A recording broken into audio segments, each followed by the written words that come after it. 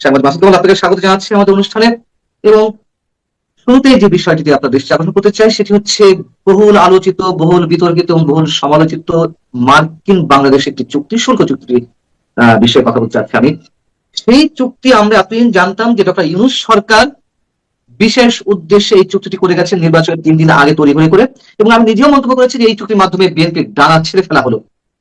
পাশাপাশি আমরা দেখলাম মাত্র একদিন আগে যখন দক্ষিণ এবং মধ্য এশিয়া বিষয়ক মার্কিন সহকারী পররাষ্ট্রমন্ত্রী পল কাপুর বাংলাদেশে এলেন, তার সাথে কথা বলার পরে সেই বহুল বিতর্কিত আলোচিত সমালোচিত পররাষ্ট্রমন্ত্রী ডক্টর খলিল ডিসক্লোজ করলেন একটি বিষয়, সেটি হচ্ছে যে এই চুক্তি অন্ধকারে হয়নি, প্রধান দুই দলের সম্মতিতেই এই চুক্তিটি হয়েছে, শুল্ক চুক্তিটি, অর্থাৎ বিএনপি এবং জামাতের সম্মতিতেই।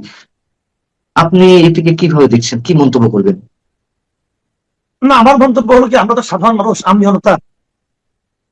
উনি প্রধান দুটা দলকে যখন জড়িয়ে দিলেন যে তাদের সম্মতিতেই হয়েছে, বাট আমরা কিন্তু সাধারণ জনতা এখনো জানি না যে এটার আলোতে কি আছে।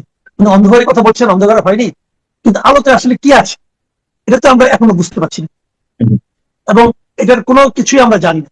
তো আমি তো তাহলে বলবো যে এখানে পার্টি হয়ে গেছে দুইটা, একটা হলো জনগণ, একটা হলো পলিটিক্যাল পার্টি। এখন এই জামাত অথবা বিএনপি তাদের নৈতিক দায়িত্ব হবে জনগণকে জানানো যে তারা কিভাবে এখানে সম্মতি দিল এবং কিসের উপর সম্মতি দিল। আমরা যদি এখনো জানি না যে চুক্তির শর্তগুলো কি, আমরা এখনো জানি, কেউ জানি। তো সেই শর্তগুলো ডিটেল এই পলিটিক্যাল পার্টিগুলো জানে, তাহলে এই পলিটিক্যাল পার্টিগুলো কি সাধারণ মানুষের সঙ্গে প্রতারণা করলো? এবং আমাদের পলিটিক্যাল পার্টিগুলো কি, তাহলে আমরা যে অভিযোগটা করছি, আমরা যদি না জানি জিনিসটা আসলে কি, তাহলে কিন্তু আমরা একটা অন্ধকারে থাকার কারণে আমাদের সন্দেহ থাকবে। আমরা কি সন্দেহ করব যে পলিটিক্যাল পার্টিগুলো সবাই মিলেমিশে দেশটাকে বিক্রি করে দিচ্ছে? দেশ বিক্রি তো অনেক বড় কথা, ওটা নয় বললাম না, ওটা খুব একটা আপনার মেঠো বক্তৃতার মতো হয়ে যায়। তাহলে আমরা কি বলবো যে আমাদের দেশের স্বার্থের বিরোধী কোন চুক্তিতে এই জামাত এবং বিএনপি তারা ঐক্যবদ্ধভাবে রাজি হয়েছে?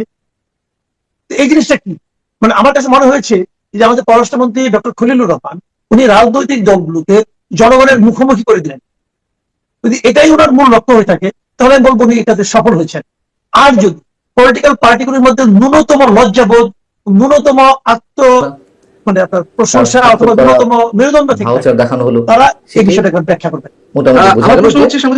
আপনি বলছিলেন যে বিএনপি এবং জামাতের উচিত ডক্টর খলিলের এই বক্তব্যের পর তাদের অবস্থানটা ক্লিয়ার করা। জামাতের আমির তার ফেসবুক স্ট্যাটাসে যেটি বলেছেন, তিনি অস্বীকার করেছেন যে এই চুক্তির আগে যুক্তরাষ্ট্রের পক্ষ থেকে বা বাংলাদেশ সরকারের পক্ষ থেকে তাদের সাথে কোনো আলোচনা হয়নি বা তারা সম্মতি দেয়নি।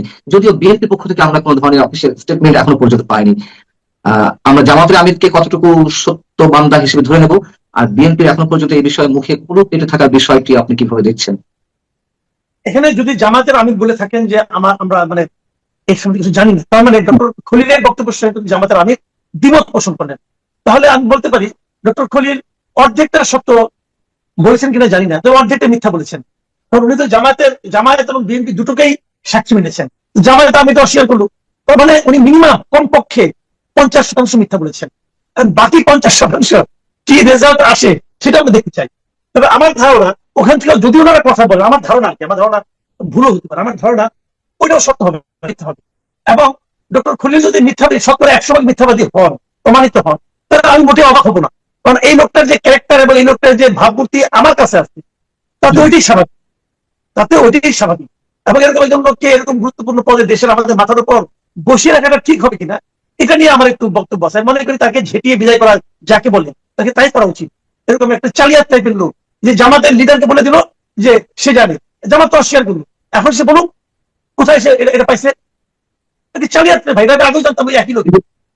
কিন্তু ডক্টর খলিলকে যে বসানো হয়েছে, ঝেঁটিয়ে বিদায় করবেন কিভাবে? তিনি তো আর এমনি এমনি বসেননি, নিশ্চয়ই অনেক বড় বিদেশি কোনো প্রভু, কথিত প্রভু বা বিদেশি শক্তির প্রেসারেই তাকে বসানো হয়েছে। নইলে এই যে মানে যেই সরকারটি গেল, যাদের অধীনে নির্বাচনটি হলো, সেই নির্বাচনে একজন কর্তা ব্যক্তি মানে সেই সরকারের একজন উপদেষ্টা পরবর্তী সরকারের মন্ত্রী পরিষদে আসেন, এই বিষয়গুলো কেমন না নির্বাচনটাই তো প্রশ্নবিদ্ধ হয়ে পড়ে।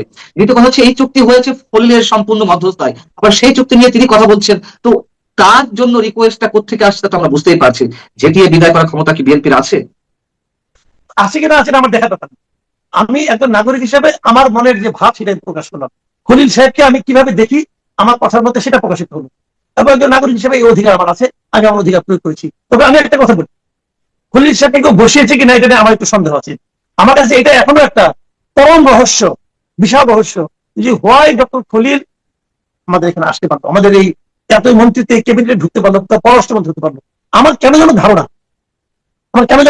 ওনাকে বসানোর মতো উনি এমন কিছু করেন নাই যে ওনাকে বসাইতে হবে, আমেরিকা ওনার প্রতি ইন্টারেস্ট হবে, এটা আমার কাছে একদমই মনে হয় না। আমার কাছে মনে হয় উনি নিজে নিজেকে প্রজেক্ট করেছেন। চালিয়ার টাইপের লোক তো, উনি হয়তো বিএনপিকে বুঝিয়েছেন যে ওনার সঙ্গে আমেরিকার কত ভালো সম্পর্ক আছে, আমেরিকা ওনাকে চায়, বুঝিয়েছেন। আবার আমেরিকাকে বুঝিয়েছেন যে আপনারা আমার উপরে একটু হাত তুললে পরে আমি এখানে যাই আপনাদের পারপাস সার্ভ করতে পারবো।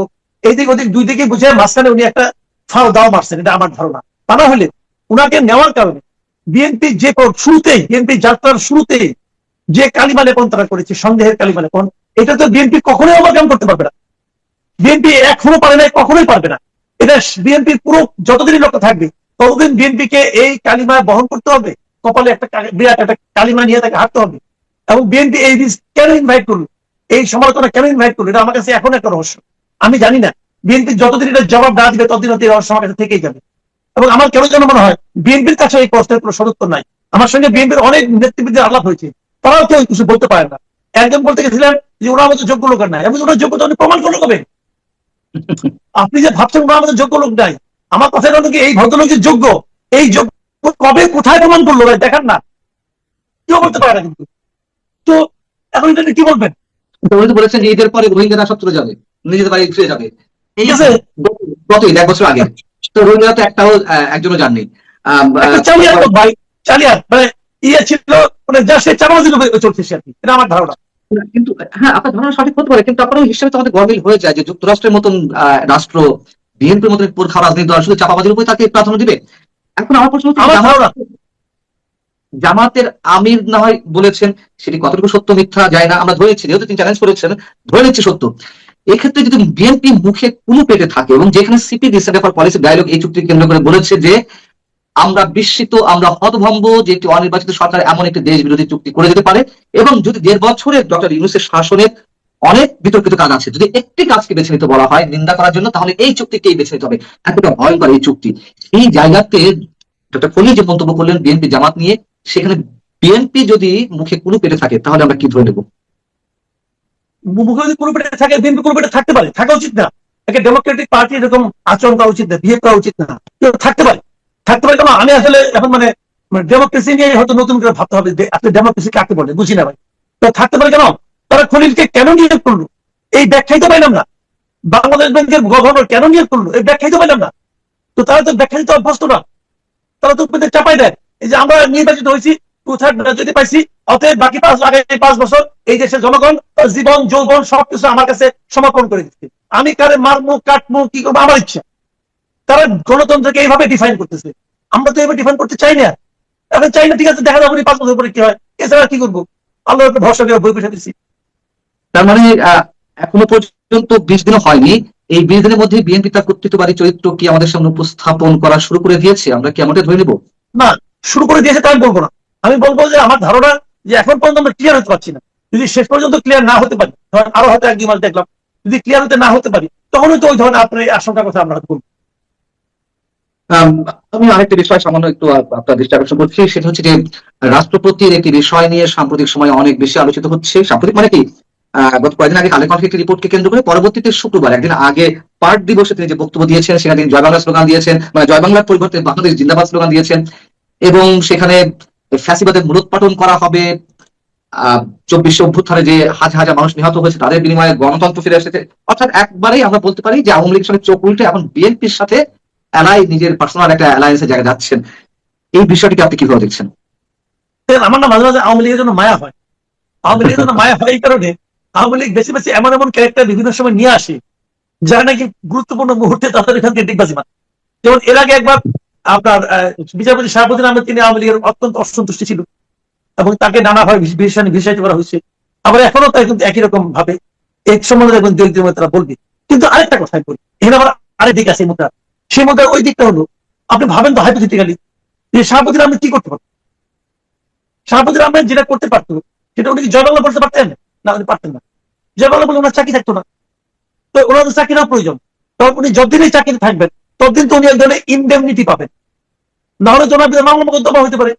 হয়তো উনি এইভাবে চিন্তা করছেন। আবার উনি আরেকটা করতে পারেন, যেটা নাকি উনি মাঝামাঝি পথে যেতে পারতেন। বিষয়টাকে জয় বাংলা, বাংলাদেশ জিন্দাবাদ সবই এড়াই যাইতেন, কোন রাজনৈতিক স্লোগানে যাইতেন না। দেখেন, বাংলাদেশ জিন্দাবাদ কিন্তু খারাপ না, জয় বাংলা খারাপ না, ভালো স্লোগান, যে যেটা দিয়ে আরাম পায় দিবে, আমার কোনো আপত্তি নাই। কিন্তু আমাদের এই দেশে স্লোগানগুলি রাজনীতিকরণ হয়ে গেছে। তারা বলে জয় বাংলা মানে আওয়ামী লীগ, বাংলাদেশ জিন্দাবাদ মানে এনটি আওয়ামী লীগ, আওয়ামী লীগের বাইরের কেউ। এই যে রাজনীতিকরণ হয়ে গেছে, এটা আপনি অস্বীকার করতে পারবেন না, পছন্দ না করতে পারেন, বাট ইগনোর করতে পারবেন না। এবং এই রাজনীতিকরণের মধ্যে রাষ্ট্রপতি কেন নিজেকে জড়ালেন, এটা আমি বুঝতে পারলাম না। কারণ ব্যাপারটা হলো কি, যখন কেউ রাষ্ট্রপতি হন, ওনার যে রাজনৈতিক পরিচয় থাক না কেন, উনি কিন্তু এটাকে ত্যাগ করে আসেন। উনি যদি তখন কোনো দলের সদস্য থাকেন, উনি দল থেকে পদত্যাগ করে আসেন। আব্দুল হামিদ সাহেব আওয়ামী লীগের মেম্বার ছিলেন, আওয়ামী লীগের দলের গুরুত্বপূর্ণ পদে ছিলেন, উনি কিন্তু আওয়ামী লীগ থেকে পদত্যাগ করে রাষ্ট্রপতি হয়েছেন।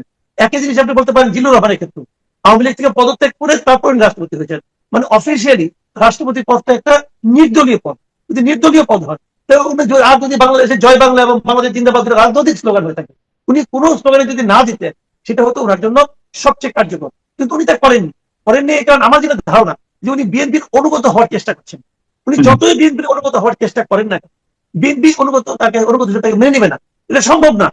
বিএনপি তাকে আওয়ামী লীগ কর্তৃক নির্বাচিত রাষ্ট্রপতি বিবেচনা করবে।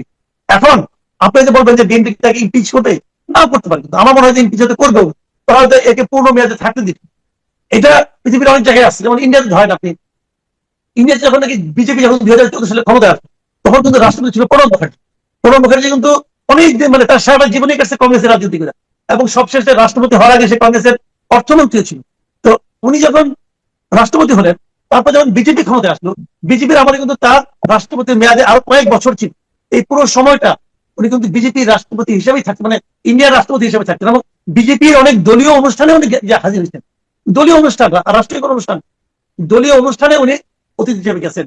এবং কিন্তু ইন্টারেস্টিং হলো, ওই লোকটা কিন্তু আবার ওই বিজেপির মতো করে স্লোগান দেন, বিজেপির রাষ্ট্রীয় যে জয় রাম জয় শ্রীরাম বলে স্লোগান দেন। উনি একটা নির্দলীয় অবস্থান বজায় রাখার চেষ্টা করছেন। এখন ওইখান থেকে যদি আমাদের রাষ্ট্রপতি শিক্ষা নিতেন, তাহলে ভালো হতো। উনি যদি নির্দলীয় অবস্থানটাই বজায় রাখতেন, তাহলে ভালো করতেন। কিন্তু আমার কেন যেন মনে হয়, ওই যে চাকরি রক্ষার জন্য, অথবা এক ধরনের ইন্ডেমনিটি প্রাপ্তির সময়টাকে একটু বাড়ানোর জন্য